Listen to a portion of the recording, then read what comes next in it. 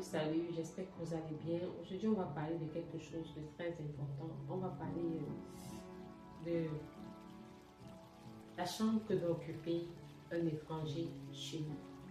Avec qui doit dormir un étranger chez nous. Il n'y a pas longtemps, j'ai appris une situation qui m'a vraiment déboussolée, qui m'a mise hors de moi. Je viens interpeller un parent aujourd'hui. Vous savez, les gens sont devenus de nos jours tellement méchants qu'on ne sait même plus à qui faire confiance. Vraiment, je vous assure. On ne connaît plus qui est qui. Les gens sont devenus tellement faux.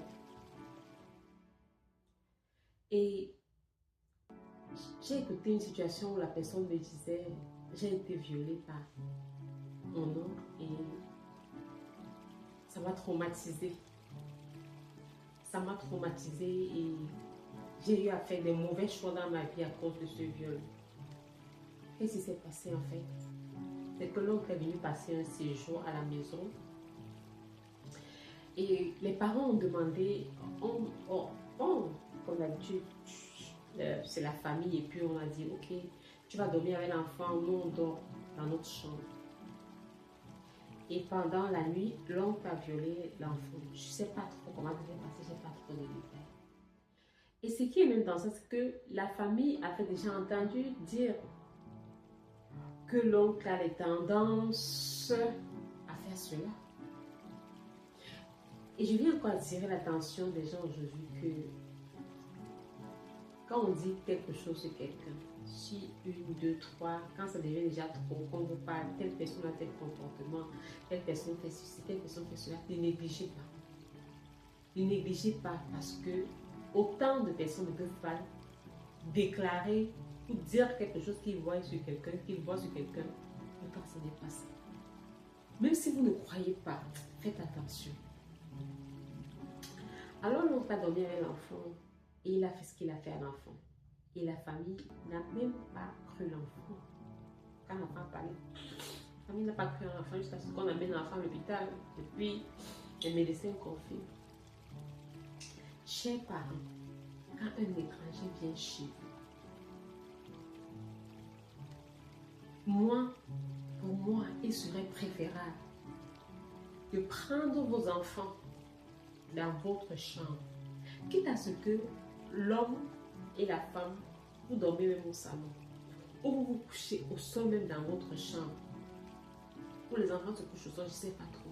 Mais partagez votre chambre et laissez l'étranger dormir seul. On va dire c'est trop, oh tu es trop méfiante et tout. C'est le traumatisme de ça. Prévenir vaut mieux que guérir. On ne sait pas qui est qui. Le traumatisme de ça sur l'enfant, ça peut vous faire perdre votre enfant.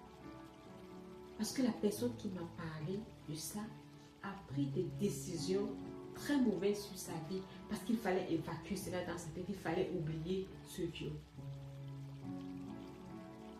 Et quand un oncle ou une tante fait ce genre de choses dans la famille, ce n'est pas bon de cacher. Parce qu'on a caché après que cet oncle a fait, la famille a caché. Ce n'est pas bien de cacher.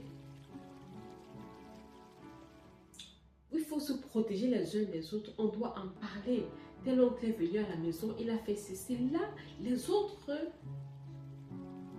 vont se méfier. Au lieu d'avoir 10 victimes, on aura une seule victime. Je suis consciente, je suis tout à fait d'accord que c'est sale. C'est pas présentable de dire peut-être que tel oncle a tel comportement, a fait ceci aux enfants, à toute la famille. Mais est-ce que vous voulez tuer tous les enfants de la famille? Est-ce que vous voulez que le traumatisme reste sur tous les enfants de la famille? Il faut en parler pour prévenir les autres. Vraiment, chers parents, protégeons nos enfants. Ils sont vulnérables. Ils sont vulnérables et les gens maintenant sont sans cœur.